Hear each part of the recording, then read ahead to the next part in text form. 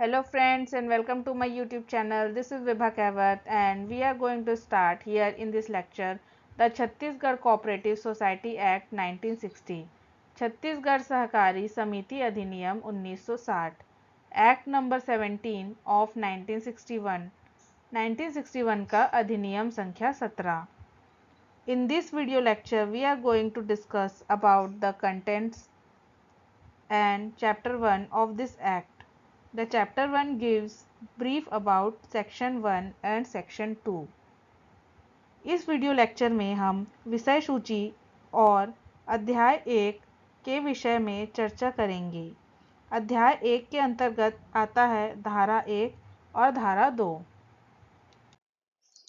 अगर अभी तक इस चैनल को आपने सब्सक्राइब नहीं किया है तो प्लीज इसे सब्सक्राइब कर लें। चलिए सबसे पहले देखते हैं कि इस एक्ट का कंटेंट क्या-क्या है। Now let's discuss about this act. इस अधिनियम के बारे में चर्चा करते हैं। An act to organise and develop cooperative as a democratic instrument and people's institution based on the principle of voluntary formation, autonomous functioning, democratic member control, member economic participation and autonomous functioning. स्वैच्छिक गठन, स्वायत्त कामकाज, लोकतांत्रिक सदस्य नियंत्रण, सदस्य आर्थिक भागीदारी और स्वायत्त कामकाज के सिद्धांतों के आधार पर सहकारी समितियों को लोकतांत्रिक उपकरणों और लोगों की संस्था के रूप में संगठित और विकसित करने के लिए एक अधिनियम बनाया गया है। Received the assent of President on 28th of April 1961. इसलिए इस एक्ट को एक्ट नंबर 17 1961 बोला जाता है। 28 अप्रैल 1961 को राष्ट्रपति की सहमति प्राप्त हुई है। Assent first published in Chhattisgarh gadget on 12th of May 1961.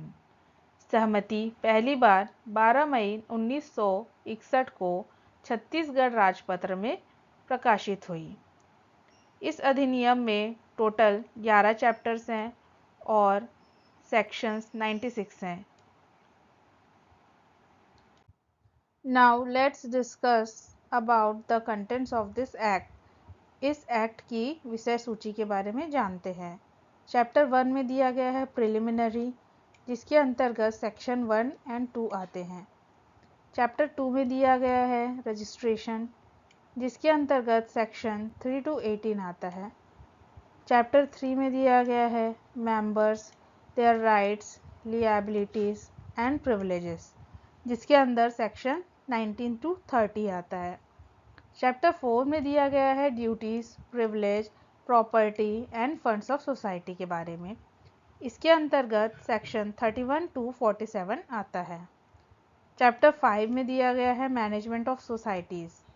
इसके अंतर्गत सेक्शन 48 to 57A आता है। चैप्टर 5 में दिया गया है provision regarding the short term cooperative credit. इसके अंतर्गत सेक्शन 57 भी आता है। चैप्टर 5B में दिया गया है इन शॉर्ट कोऑपरेटिव बैंक। इसके अंतर्गत सेक्शन 57C आता है। चैप्टर 6 में दिया हुआ है audit, inquiry, inspection and supervision. इसके अंतर्गत आता है सेक्शन 58 to 63। चैप्टर 7 में दिया गया है डिस्प्यूट्स एंड आर्बिट्रेशन। इसके अंतर्गत आता है सेक्शन 64 to 68। चैप्टर 8 में आता है लिक्विडेशन। इसके अंतर्गत आता है सेक्शन 69 to 72। चैप्टर 9 में आता है ऑफेंसेस एंड पेनल्टीज। इसके अंतर्गत आता है सेक्शन 73 to 76।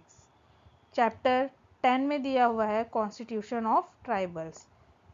इसके अंतर्गत आता है सेक्शन 77 to 80। चैप्टर 11 में दिया हुआ है मिसलेनियस, जिसके अंदर आता है 81 to 96 सेक्शंस। चलिए देखते हैं हिंदी में। अध्याय 1 है प्रारंभिक, जिसके अंतर्गत धारा 1 एवं 2 आते हैं। अध्याय 2 है पंजीकरण, जिसके अंतर्गत धारा 3 से 18 आते हैं। अध्याय 3 है सदस्य, उनके अधिकार, देनदारियां और विशेष अधिकार। इसके अंतर्गत धारा 19 से 30 तक आते हैं। अध्याय 4 है समितियों के कर्तव्य, विशेषाधिकार, संपत्ति और धन। इसके अंतर्गत धारा 31 से 47 आते हैं। अध्याय 5 में दिया हुआ है समितियों का प्रबंधन। इसके अंतर्गत धारा 48 से 57A तक आते हैं। अध्याय 5A के अंतर्गत अल्पकालिक सहकारी ऋण संरचना समितियों के संबंध में प्रावधान दिए गए हैं, जिसके अंतर्गत धारा 57B आती है। अध्याय 5B के अंतर्गत बीमाकृत सहकारी बैंक आता है, जिसके अंतर्गत धारा 57C आता है। अध्याय 6 लेखा परीक्षक पूछताछ, निरीक्षण और पर्यवेक्षण के बारे में बताता है, जिसके अंतर्गत धारा 58 से 63 आता है। अध्याय 7 विवाद और मध्यस्थता के बारे में बताता है, जिसके अंतर्गत धारा 64 से 68 आता है। अध्याय 8 परिसमापन के बारे में बताता है, जिसके अंतर्गत धारा 69 to 72 आता है। अध्याय 9 अपराध एवं दंड के बारे में बताता है, जिसके अंतर्गत धारा 73 से 76 आता है। अध्याय 10 ट्रिब्यूनल का गठन करता है, जिसके अंतर्गत 77 से 80 की धारा आती है। और अध्याय 11 में विविध दिया हुआ है, जिसके अंतर्गत धारा 81 से 96 आता है। चलिए अब देखते हैं चैप्टर 1 प्रिलिमिनरी। इसके अंतर्गत सेक्शन 1 और 2 आता है। चलिए देखते हैं चैप्टर 1 प्रिलिमिनरी सेक्शन 1।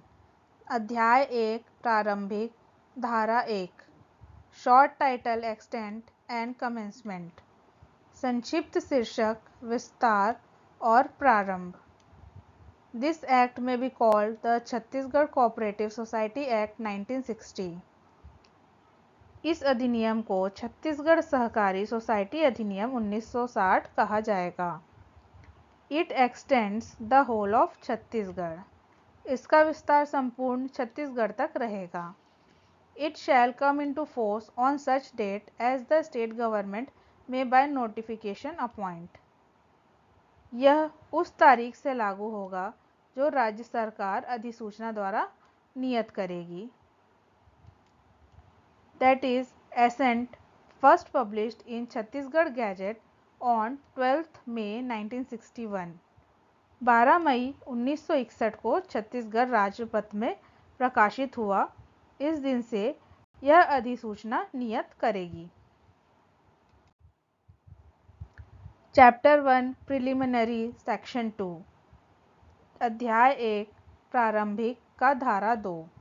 इसमें definitions related to cooperative bank के बारे में दिया गया है, जिसके अंदर सेक्शन 2A से लेकर सेक्शन 2Z तक डिटेल में दिया गया है।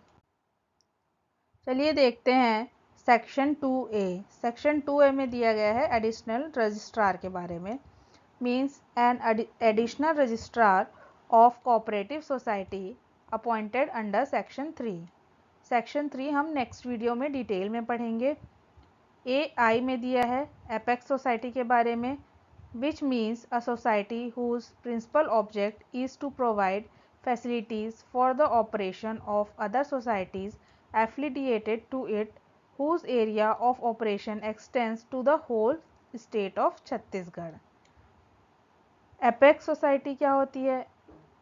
इसका तात्पर्य ऐसा सोसाइटी से है जिसका मुख्य उद्देश्य इससे संबंधित अन्य सोसाइटियों के संचालन के लिए सुविधाएं प्रदान करना और जिसका संचालन क्षेत्र पूरे छत्तीसगढ़ राज्य तक फैला हुआ है। सेक्शन 2B में दिया है असिस्टेंट रजिस्ट्रार के बारे में, which means Assistant Registrar of Cooperative Society appointed under Section 3। सहायक रजिस्ट्रार क्या होता है? सहायक रजिस्ट्रार का अर्थ धारा 3 के तहत नियुक्त सहकारी समितियों का सहकार रजिस्ट्रार है। Area of operation means the area from which the members is drawn or as specified in the bylaws of the society. Operation का क्षेत्र का अर्थ वह क्षेत्र है जहाँ से सदस्यता ली जाती है या जैसे कि सोसाइटी के उपनियमों में निर्दिष्ट है। ऑथराइज्ड पर्सन, ऑथराइज्ड पर्सन कौन होगा? A person authorised by registrar to act on his behalf under this act. प्राधिकृत व्यक्ति कौन होगा? का अर्थ है इस अधिनियम के तहत अपनी ओर से कार्य करने के लिए रजिस्ट्रार द्वारा अधिकृत व्यक्ति। सेक्शन 2C में दिया गया है बायलॉज के बारे में, जिसका हिंदी में अनुवाद है उपविधि। बायलॉज मीन्स बायलॉज रजिस्टर्ड और deemed to be registered under this act for the time being in force and include a registered amendment of the bylaws। उपविधि का अर्थ है इस अधिनियम के तहत पंजीकृत या पंजीकृत माने जाने वाली उपविधि और कुछ समय के लिए लागू या इसमें उपविधि का पंजीकृत संशोधन शामिल है। इसके अंतर्गत आता है C1 में सेंट्रल सोसाइटी, केंद्रीय सोसाइटी। C2 में आता है सेंट्रल कोऑपरेटिव बैंक, केंद्रीय सहकारी बैंक। C3 में आता है कंपनी। C4 में आता है कोऑपरेटिव यूनियन, सहकारी संघ।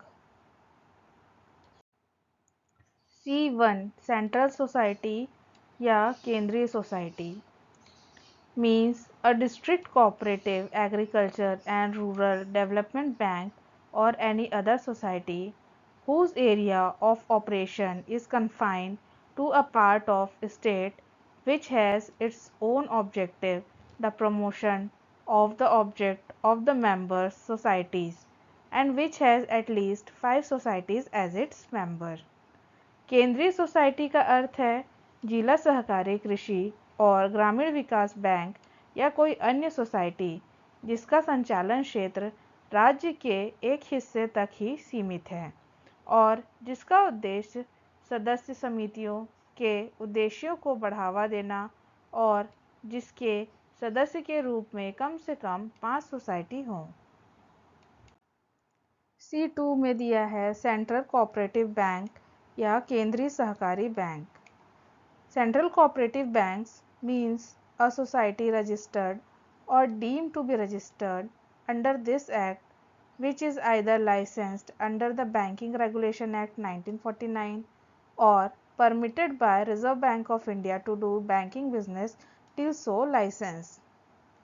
केंद्रीय सहकारी बैंक का अर्थ इस अधिनियम के तहत पंजीकृत या पंजीकृत माने जाने वाली एक संसाधन समिति है जिसे या तो बैंकी विनियमन अधिनियम 1949 के तहत लाइसेंस प्राप्त हो या भारतीय रिजर्व बैंक द्वारा लाइसेंस प्राप्त होने तक बैंकिंग व्यवसाय करने की अनुमति है। Has area of operation confined to part of the state, इसका संचालन क्षेत्र राज्य के कुछ हिस्से तक ही सीमित है। Has as its principal object the creation of fund and the obtaining credit goods and services for providing credit, goods or services as a loan to the cooperative society affiliated to it for agriculture, industrial and other applied purposes।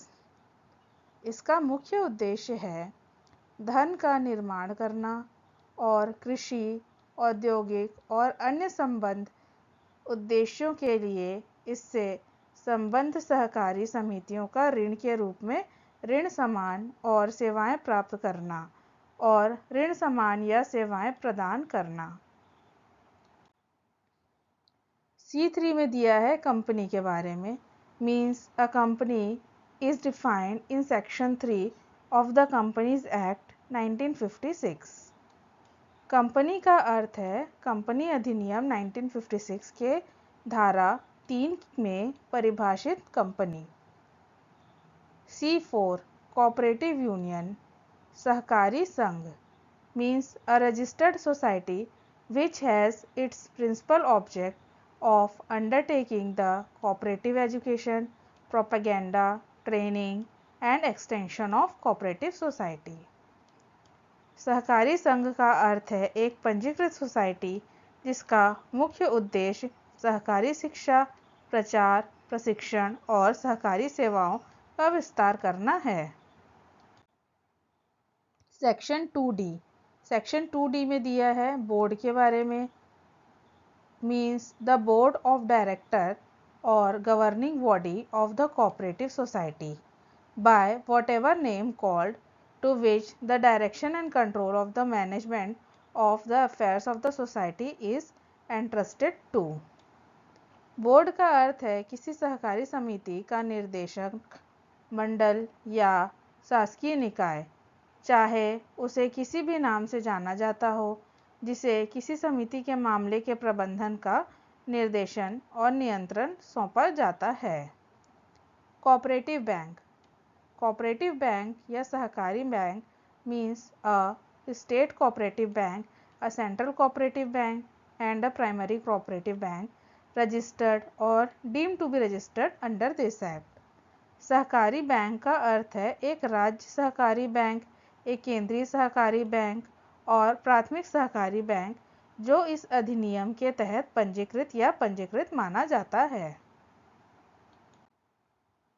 2E में दिया है cooperative society with limited liability, सीमित दायित्व वाले सहकारी समिति means a society having the liability of its member limited to by its bylaw to the amount, if any, unpaid on the shares respectively held by them or to such amount as they may be respectively undertake to contribute the assets of the society in the event of being wound up। सीमित दायित्व वाली सहकारी समिति का अर्थ है एक ऐसी समिति जिसके सदस्य का दायित्व उसके उपनियमों द्वारा क्रमशः उनके द्वारा रखे गए शेयरों पर अवैतनिक राशि यदि कोई हो या ऐसी राशि तक सीमित है जो वे कर सकते हैं, क्रमशः सोसाइटी के बंद होने की स्थिति में उसकी परिसंपत्तियों में योगदान देने का वचन देना। चीफ एग्जीक्यूटिव मुख्य कार्यकारी means an individual appointed under section 49E who subject to superintendence control and direction of the chairman of the committee has been entrusted by the committee with the management of the affairs of the cooperative। मुख्य कार्यकारी का अर्थ है धारा 49E के तहत नियुक्त एक व्यक्ति और जिसे समिति के अध्यक्ष की अधीक्षण, नियंत्रण और निर्देशन की अधीन समिति द्वारा सहकारी के मामलों के प्रबंधन के साथ सौंपा गया है। Section 2F omitted by Cooperative Society Act number 25 in 1988। 1988 के सहकारी सोसाइटी अधिनियम संख्या नंबर 25 द्वारा इसे हटा दिया गया है। Section 2G। सेक्शन 2G में कंज्यूमर सोसाइटी के बारे में दिया है। उपभोक्ता समाज। Consumer society means a society formed with the object of obtaining or producing, processing and distributing goods to or performing their services for its member as well as for other customers and dividing among them its members and customers in a proportion as may be laid down in the bylaws of such society, the profit occurring from such supply, production, processing and distribution।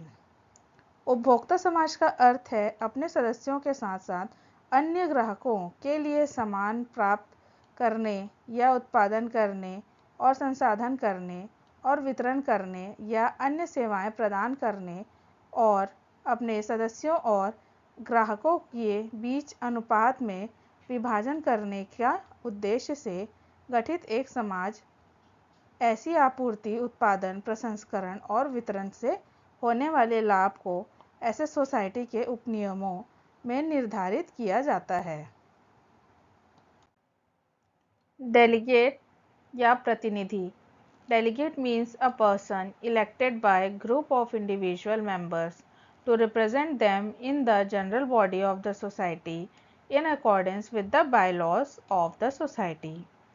प्रतिनिधि का अर्थ है समाज के उपनियमों के अनुसार समाज के सामान्य निकाय में उनका प्रतिनिधित्व करने के लिए व्यक्तिगत सदस्यों के समूह द्वारा चुना गया व्यक्ति। G2 deposit insurance and credit guarantee corporation, जमा बीमा और credit guarantee Nigam. Deposit insurance and credit guarantee corporation means the Deposit Insurance and Credit Guarantee Corporation established under the Deposit Insurance and Credit Guarantee Corporation Act 1961। जमा बीमा और credit guarantee निगम का अर्थ जमा बीमा और क्रेडिट गारंटी निगम अधिनियम 1961 के तहत स्थापित जमा बीमा और क्रेडिट गारंटी निगम से है। Section 2H। सेक्शन 2H में डिप्टी रजिस्ट्रार या उप रजिस्ट्रार के बारे में बताया गया है। Deputy registrar means deputy registrar of the cooperative society appointed under section 3। उप रजिस्ट्रार का अर्थ है धारा 3 के तहत नियुक्त सहकारी समितियों का उप रजिस्ट्रार। H में दिया है डेवलपमेंट बैंक के बारे में। विकास bank means a district cooperative agricultural and rural development bank और Chhattisgarh state cooperative agricultural and rural development bank registered or deemed to be registered under this act। Vikas bank का तात्पर्य जिला सहकारी कृषि एवं ग्रामीण विकास बैंक या छत्तीसगढ़ राज्य सहकारी कृषि एवं ग्रामीण विकास बैंक से है जो इसके अंतर्गत पंजीकृत हैं या पंजीकृत माने जाते हैं।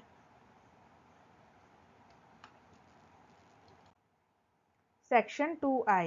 सेक्शन 2I में फैमिली के बारे में या परिवार के बारे में बताया गया है। Family means a person, his spouse, spouse means husband wife, his children dependent on him and his other relation dependent on him jointly residing with them. परिवार का अर्थ है एक व्यक्ति, उसका जीवन साथी, उसके बच्चे, उस पर आश्रित और उसके अन्य रिश्तेदार जो उसके घर उस पर निर्भर हैं और इसके साथ संयुक्त रूप से रहते हैं। सेक्शन 2J में दिया है फार्मिंग सोसाइटी या कृषि सोसाइटी के बारे में। Farming society means a society formed with the object of promoting development of land and better methods of cultivation and includes a better farming society, tenants farming society, collective farming society, joint farming society, irrigation society and crop protection society। कृषि society का अर्थ है भूमि के विकास और खेती के बेहतर तरीके को बढ़ावा देना के उद्देश्य से बनाई गई एक सोसाइटी से है और इसमें एक बेहतर कृषक सोसाइटी, किराएदार खेती सोसाइटी, सामूहिक कृषि सोसाइटी, संयुक्त कृषि सोसाइटी, सिंचाई सोसाइटी और एक फसल सुरक्षा शामिल है। आर्टिकल 243Z के constitution of India deals with election of members of board. चलिए देखते हैं डिटेल में आर्टिकल 243Z के of the constitution of India election of members of board. इसमें कैटेगरी ऑफ बेयर एक्ट आएगा सिविल लॉज के under, name of the act constitution of India, year of promulgation means किस साल ये enforce हुआ 1975 में, act number है 36 enactment date है 26 अप्रैल 1975। चैप्टर नंबर 9B में दिया हुआ है कॉन्स्टिट्यूशन के। चैप्टर का टाइटल है कोऑपरेटिव सोसाइटीज़। मिनिस्ट्री है ministry of law and justice. Department है department of personnel and administration reform.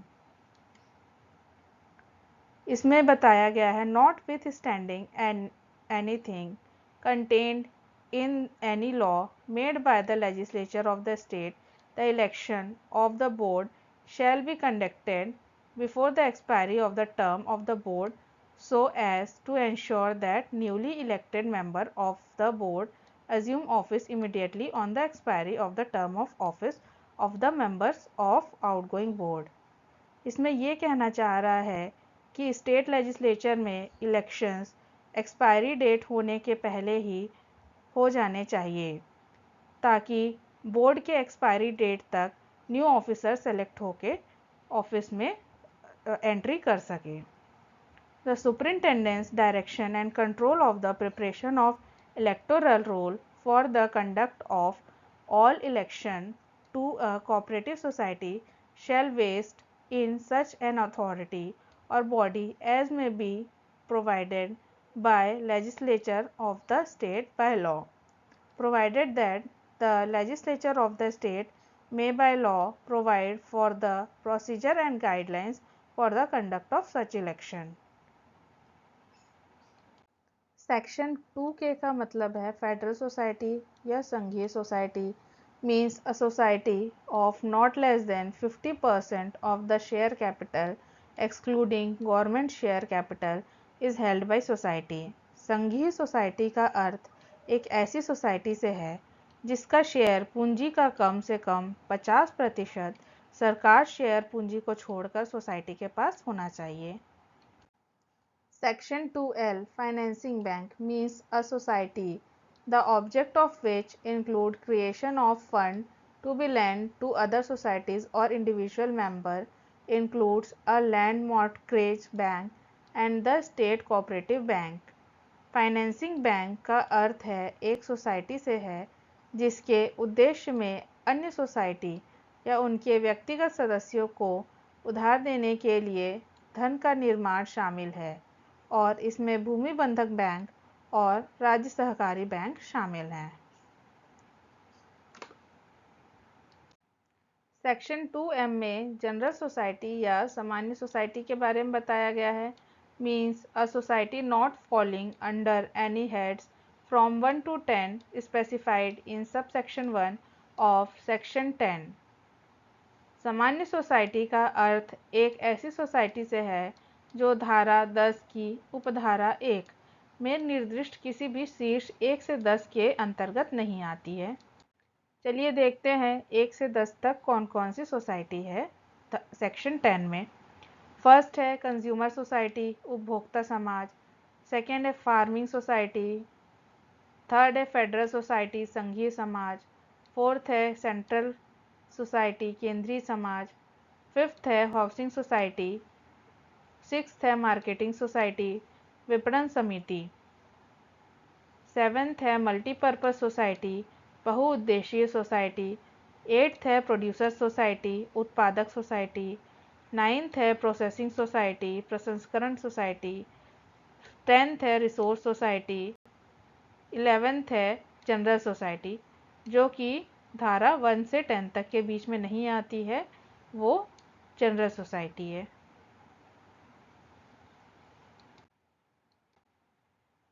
Section 2N industrial society means a society formed with the object of promoting development of weavers, carpenters, metal worker, shoemaker or any other society which aims at producing finished goods for raw material of any kind। औद्योगिक society का अर्थ है बुनकरों, बढ़ई, धातु श्रमिकों, जूता निर्माताओं या किसी अन्य सोसाइटी के विकास को बढ़ावा देने के उद्देश्य से बनाई गई एक सोसाइटी है जिसका उद्देश्य किसी भी प्रकार के कच्चे माल से तैयार माल का उत्पादन करना है। सेक्शन 2O में जॉइंट रजिस्ट्रार या संयुक्त रजिस्ट्रार के बारे में बताया गया है। Joint registrar means a joint registrar of cooperative society appointed under section 3। संयुक्त रजिस्ट्रार का अर्थ धारा 3 के तहत नियुक्त सहकारी समितियों का संयुक्त रजिस्ट्रार है। सेक्शन 2P में लिक्विडेटर के बारे में या परिसमापक के बारे में दिया गया है। Means a person appointed under section 70। परिसमापक का अर्थ है धारा 70 के तहत नियुक्त व्यक्ति।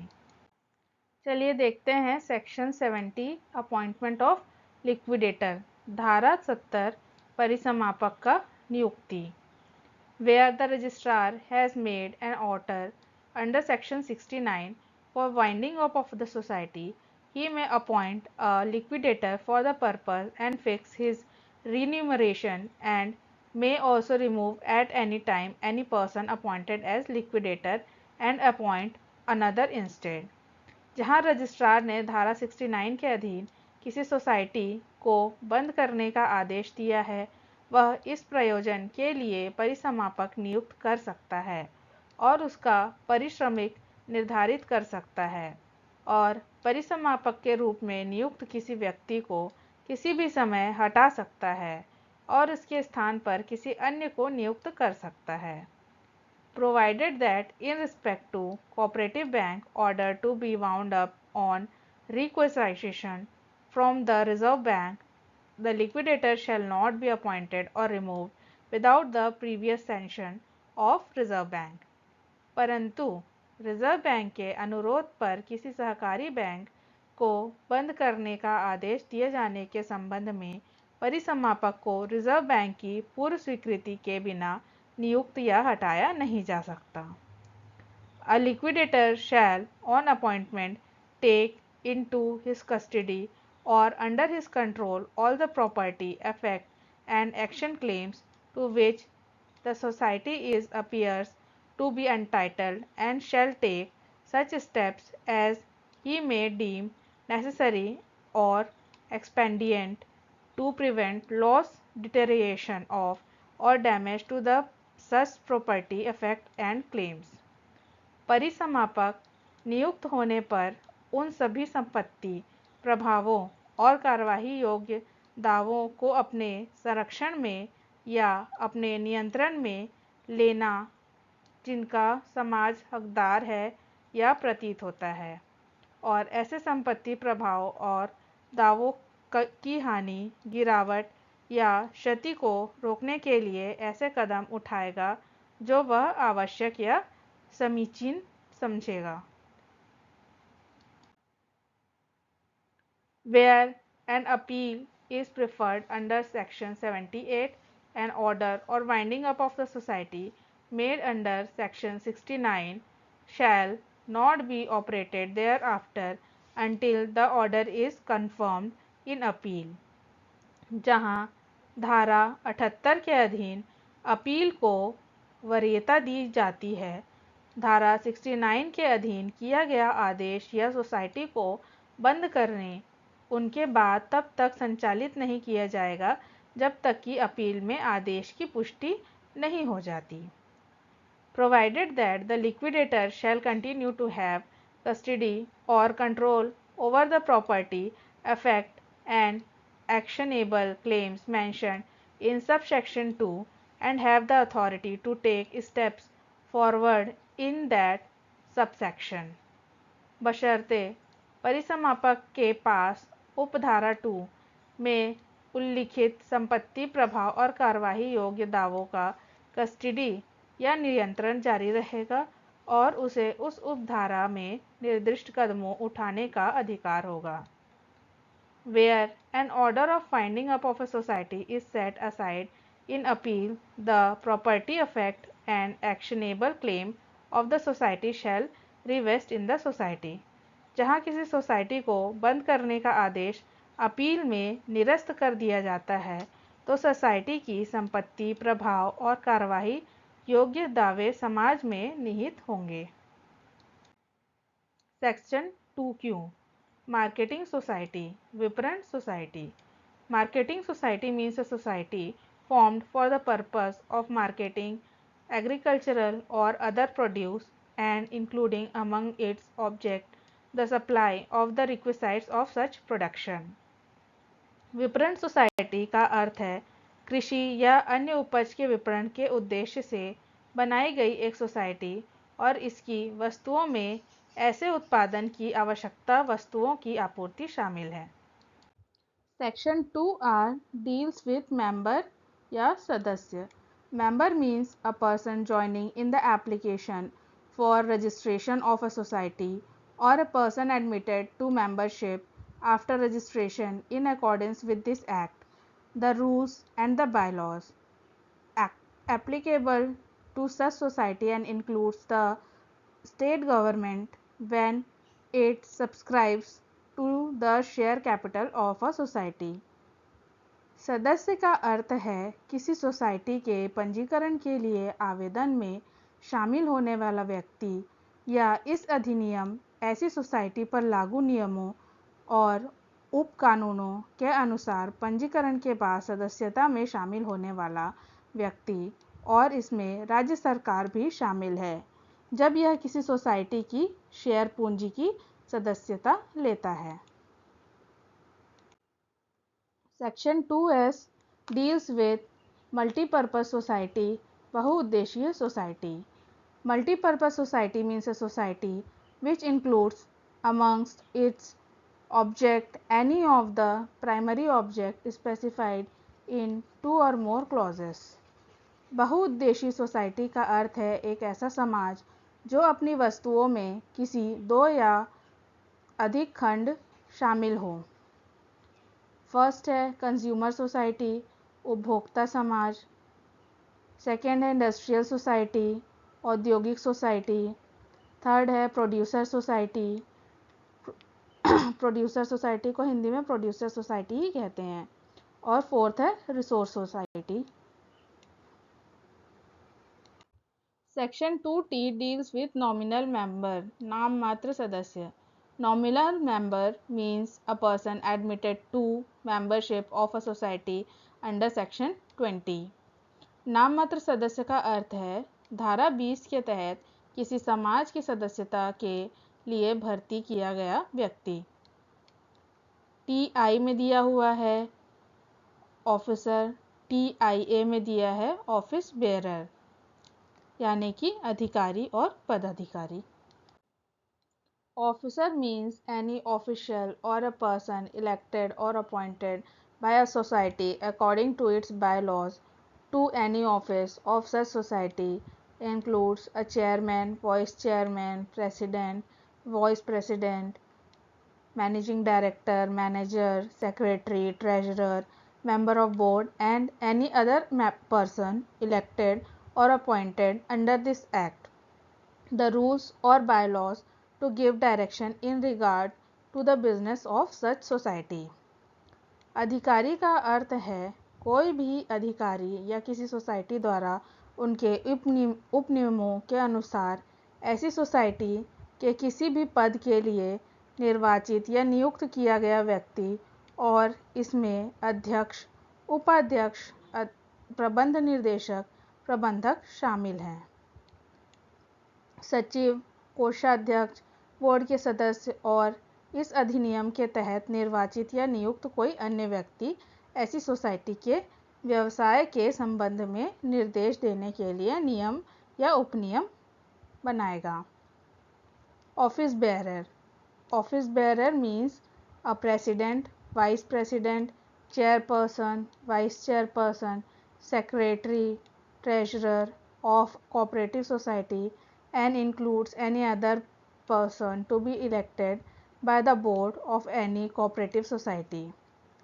पदाधिकारी का अर्थ है किसी सहकारी समिति का अध्यक्ष, उपाध्यक्ष, सचिव या कोषाध्यक्ष और इसमें किसी भी सहकारी समिति के बोर्ड द्वारा चुना जाने वाला कोई अन्य व्यक्ति शामिल है। Section 2U deals with other backward class means a category of person belonging to backward class as notified by the state government. इसके अंदर आते हैं primary society, primary agriculture credit cooperative society और primary cooperative bank. Primary society means a society which is neither an apex nor a central bank. Primary Agriculture Credit Cooperative Society means a society organized with main objective of being making credit available for agriculture production and includes a primary service cooperative society and आदिम जाति सेवा सहकारी समिति. Primary cooperative bank means a resource society other than a village or urban resource society not registered as a bank, the object of which includes creation of funds to be lent to obtaining credit to be extended to its Regulation Act 1949 or permitted by Reserve Bank of India to do banking business till so licensed. अन्य पिछड़ा वर्ग का अर्थ है राज्य सरकार द्वारा अधिसूचित पिछड़े वर्गों के व्यक्तियों की श्रेणी। इसके अंदर आता है प्राथमिक सोसाइटी, दूसरा आता है प्राथमिक कृषि ऋण सहकारी समिति और तीसरा आता है प्राथमिक सहकारी बैंक। प्राथमिक सोसाइटी का अर्थ एक ऐसी सोसाइटी से है जो ना तो शीर्ष सोसाइटी है ना ही केंद्रीय सोसाइटी है। प्राथमिक कृषि ऋण सहकारी समिति का अर्थ है कृषि उत्पादन के लिए ऋण उपलब्ध कराने के मुख्य उद्देश्य से आयोजित एक समिति है और इसमें एक प्राथमिक सेवा सहकारी समिति और आदिम जाति सेवा सहकारी समिति शामिल है। प्राथमिक सहकारी बैंक का अर्थ है गांव या शहरी संसाधन सोसाइटी के अलावा एक संसाधन सोसाइटी जो बैंक के रूप में पंजीकृत नहीं है, जिसके उद्देश्य में उधार देने के लिए धन का निर्माण करने और इसके विनियमन के लिए ऋण प्राप्त करना शामिल है। अधिनियमन 1949 या भारत रिजर्व बैंक द्वारा लाइसेंस प्राप्त होने तक बैंकिंग व्यवस्था करने की अनुमति। Section 2V producer society. Producer society means a society formed with the object of producing and disposing of goods as collective property of its member and includes a society formed with the object of the collective disposal of labor of its member. Producer society का अर्थ है अपने सदस्यों की सामूहिक संपत्ति के रूप में वस्तुओं के उत्पादन और निपटान के उद्देश्य से बनाई गई सोसाइटी और इसमें अपने सदस्यों के श्रम के सामूहिक निपटान के उद्देश्य से बनाई गई सोसाइटी शामिल है। 2W में दिया है प्रोसेसिंग सोसाइटी के बारे में। प्रोसेसिंग सोसाइटी या प्रसंस्करण society means a society formed with the object of producing goods by mechanical or manual process and includes an industrial society and a society for producing of agricultural commodities. प्रसंस्करण society का अर्थ है यांत्रिक या manual प्रक्रिया द्वारा माल का उत्पादन करने के उद्देश्य से बनाई गई एक सोसाइटी है, जिसमें एक औद्योगिक सोसाइटी और कृषि वस्तुओं के प्रसंस्करण के लिए एक सोसाइटी शामिल है। सेक्शन 2X इसमें दिया हुआ है रजिस्ट्रार के बारे में, जिसके अंदर आता है रिप्रेजेंटेटिव और reserve bank. Registrar means the registrar of cooperative society appointed under section 3। Registrar का तात्पर्य धारा 3 के तहत नियुक्त सहकारी समितियों के रजिस्ट्रार से है।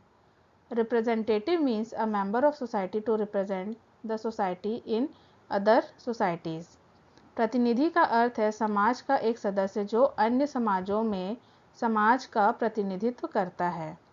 Reserve bank of India means reserve bank of India established under the reserve bank India act 1934। Reserve bank का अर्थ है भारतीय रिजर्व बैंक अधिनियम 1934 के तहत स्थापित भारतीय रिजर्व बैंक। 2Y में दिया है रिसोर्स सोसाइटी के बारे में। इसके अंदर आते हैं रिटर्निंग ऑफिसर और शेड्यूल्ड एरिया या अनुसूचित क्षेत्र। Resource society means a society formed with the object of obtaining for its member the credit goods and services required by them and includes a services society and a primary credit society. Resource society से ऐसी society अभिप्रेरित है जिसका गठन उसके सदस्यों के लिए उनके द्वारा अपेक्षित ऋण, वस्तुओं या सेवाओं को प्राप्त करने के उद्देश्य से किया गया है और इसमें एक सेवा समिति, एक प्राथमिक क्रेडिट सोसाइटी शामिल है।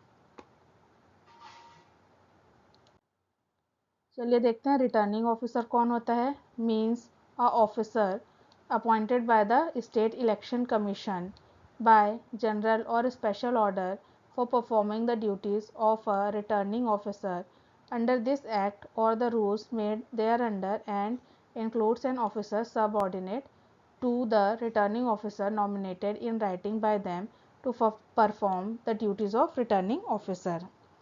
रिटर्निंग ऑफिसर का अर्थ है इस अधिनियम या उसके तहत बनाए गए नियमों के तहत रिटर्निंग ऑफिसर के कर्तव्य का पालन करने के लिए सामान्य या विशेष आदेश द्वारा राज्य चुनाव आयोग द्वारा नियुक्त एक अधिकारी।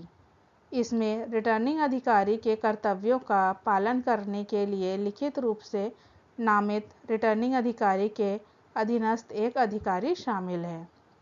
शेड्यूल्ड एरिया अनुसूचित क्षेत्र, इसका मतलब है the area which has been declared under scheduled area state of Bihar, Gujarat, Chhattisgarh and Orissa order 1977।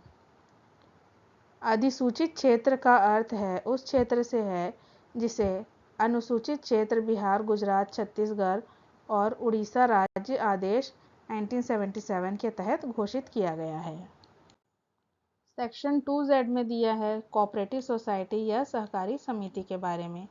Cooperative society means a cooperative society registered और deemed to be registered under this act.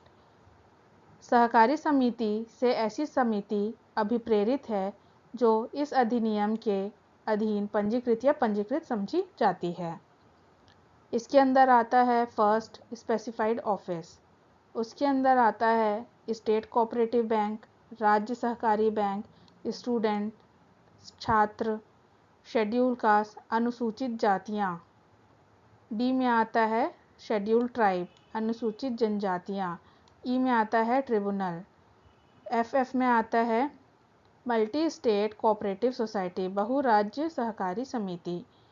जी में आता है स्टेट लेवल कोऑपरेटिव सोसाइटी राज्य स्तरीय सहकारी समिति। H में आता है एडमिनिस्ट्रेटर व्यवस्थापक। आई में आता है फंक्शनल डायरेक्टर कार्यात्मक निर्देशक और जे में आता है स्टेट इलेक्शन कमीशन राज्य चुनाव आयोग। चलिए देखते हैं इसकी detailing. Cooperative society means cooperative society registered or deem to be registered under this act. इसके अंदर आएगा specified office means the office of president or chairman. निर्दिष्ट कार्यालय का अर्थ है राष्ट्रपति या अध्यक्ष का कार्यालय। ए में दिया हुआ है स्टेट कोऑपरेटिव बैंक के बारे में। राज्य सहकारी bank means Chhattisgarh state cooperative bank Chhattisgarh राज्य सहकारी बैंक लिमिटेड से है। Student means a person studying in any educational institutional vocational और ट्रेनिंग इंस्टीट्यूशन। छात्र का अर्थ है किसी शैक्षणिक व्यावसायिक या प्रशिक्षण संस्था में पढ़ने वाला व्यक्ति। Scheduled caste means the scheduled caste specified in relation to state under Article 341 of the Constitution of India। अनुसूचित जातियों का अर्थ है भारत में संविधान के अनुच्छेद 341 के तहत इस राज्य के संबंध में निर्दिष्ट अनुसूचित जातियां से है। Scheduled tribe means scheduled tribe specified in relation to this state under Article 342 of the Constitution of India।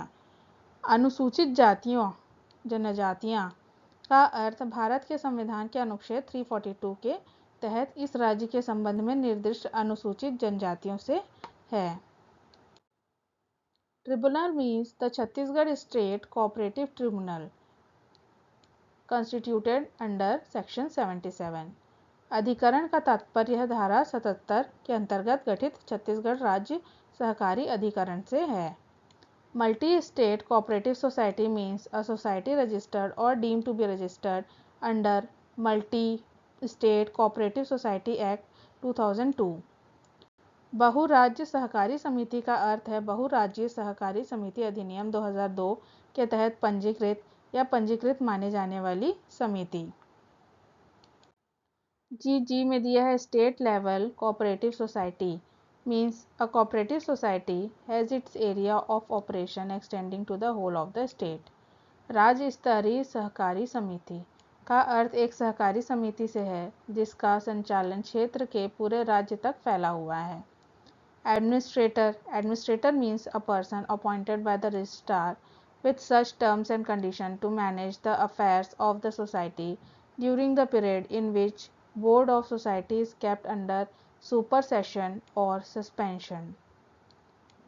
प्रशासन का अर्थ है उस अवधि के दौरान सोसाइटी के मामलों का प्रबंधन करने के लिए रजिस्ट्रार द्वारा ऐसे नियमों और शर्तों के साथ नियुक्त किया गया व्यक्ति है जिसमें सोसाइटी के बोर्ड को अधिक्रमण और या निलंबन के तहत रखा जाता है। फंक्शनल डायरेक्टर आई में दिया गया है कार्यात्मक निर्देशक।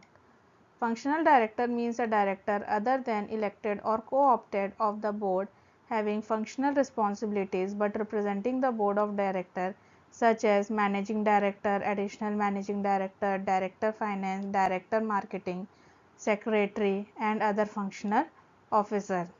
कार्यात्मक निर्देशक का अर्थ है बोर्ड के निर्वाचित या चयनित निर्देशक के अलावा एक निर्देशक है जिसके पास कार्यात्मक जिम्मेदारियां हैं लेकिन वह निर्देशन मंडल का प्रतिनिधित्व करता है, जैसे प्रबंध निर्देशक, अतिरिक्त प्रबंध निर्देशक, निर्देशक वित्त, निर्देशक विपणन, सचिव और अन्य कार्यात्मक अधिकारी आदि।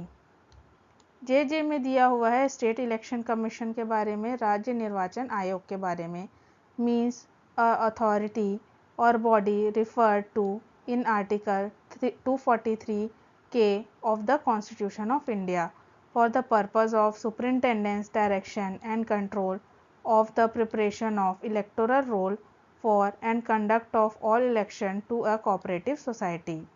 राज्य निर्वाचन आयोग से भारत के संविधान के अनुच्छेद 243 क में निर्दिष्ट एक प्राधिकरण या निकाय का अभिप्रेरित है जो सहकारी समिति के सभी चुनावों के लिए निर्वाचक नामावली की तैयारी और संचालन के अधीक्षण, निर्देशन और नियंत्रण के उद्देश्य से है। चलिए डिस्कस करते हैं कुछ practice questions. Which is the correct regarding Chhattisgarh society act 1960। Chhattisgarh society अधिनियम 1960 के संबंध में कौन सा सही है? ए There are 11 chapters and 96 sections। इसमें 11 अध्याय और 96 खंड है। बी में दिया है There are 10 chapters and 90 sections। इसमें 10 अध्याय और 90 खंड हैं। इसमें 12 चैप्टर्स और 100 सेक्शंस हैं। इसमें 12 अध्याय और 100 खंड हैं। None of the above। तो इसका आंसर है इसमें 11 चैप्टर्स और 96 सेक्शन हैं। On cooperative society act 1960 assent by president when was it signed? 28 April 1960, 25 May 1961, 28 May 1961 या 12 मई 1961। तो इसका आंसर है 28 अप्रैल 1961। Voluntary organization as a democratic instrument and people's institution, democratic member control, economic participation of members and principle of self-governing functioning। By which act was it incorporated? एक लोकतांत्रिक साधन और लोगों की संस्था के रूप में शैक्षिक संगठन, लोकतांत्रिक सदस्य नियंत्रण, सदस्यों की आर्थिक भागीदारी और स्वशासी कार्यप्रणाली के सिद्धांत इससे किस अधिनियम द्वारा शामिल किया गया है? A Chhattisgarh cooperative society act 1960, Chhattisgarh सहकारी अधिनियम 1960। बी है Chhattisgarh cooperative society act 2003, Chhattisgarh सहकारी सोसाइटी अधिनियम 2003, Chhattisgarh cooperative society act 2014, Chhattisgarh सहकारी सोसाइटी अधिनियम 2014, Chhattisgarh cooperative society act 2012, Chhattisgarh सहकारी सोसाइटी एक्ट 2012। तो इसका आंसर है Chhattisgarh cooperative society act 1960। Central cooperative bank means केंद्रीय सहकारी बैंक का अर्थ है licensed under the cooperative act 1960, सहयोग अधिनियम 1960 के तहत लाइसेंस प्राप्त, licensed under banking regulation act 1949, banking विनियमन अधिनियम 1949 के तहत लाइसेंस प्राप्त, licence under the Indian registration act 1908, भारतीय पंजीकरण अधिनियम 1908 के तहत लाइसेंस प्राप्त, licence under the Indian contract act 1872, भारतीय अनुबंध अधिनियम 1872 के तहत लाइसेंस प्राप्त। तो इसका आंसर है licence under banking regulation act 1949, banking विनियमन अधिनियम 1949 के तहत लाइसेंस प्राप्त। A society established for the purpose of acquiring or producing and processing or distributing goods for its member and other customer.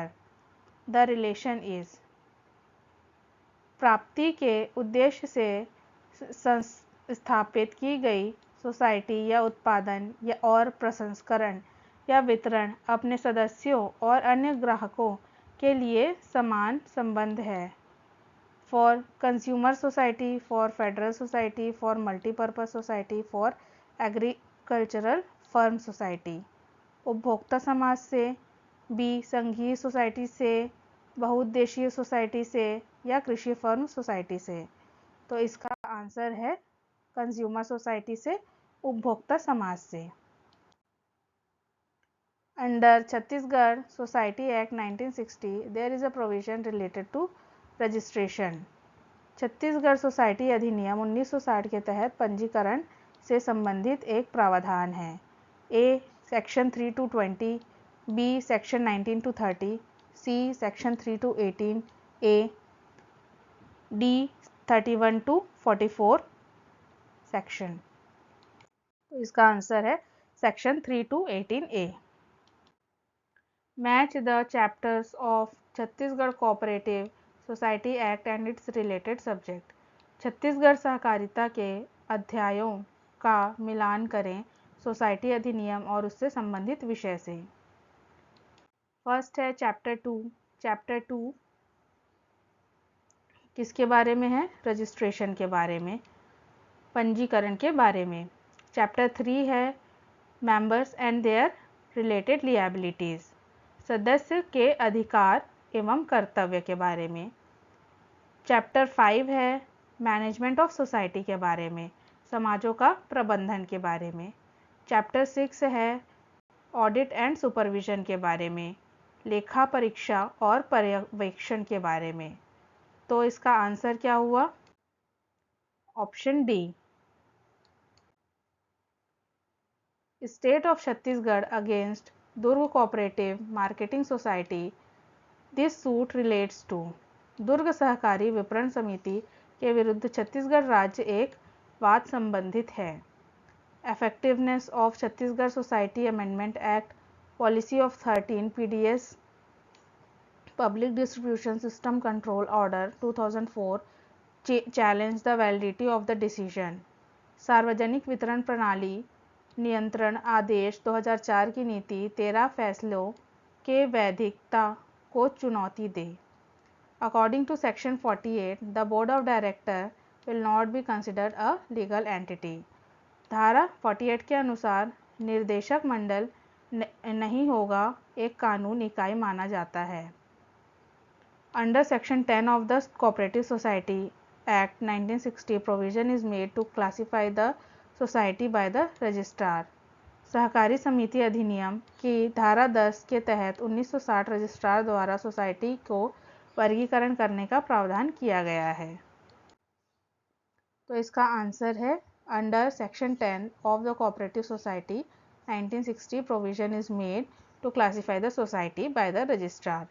सहकारी समिति अधिनियम की धारा 10 के तहत 1960 रजिस्ट्रार द्वारा सोसाइटी को वर्गीकृत करने के प्रावधान किया गया है।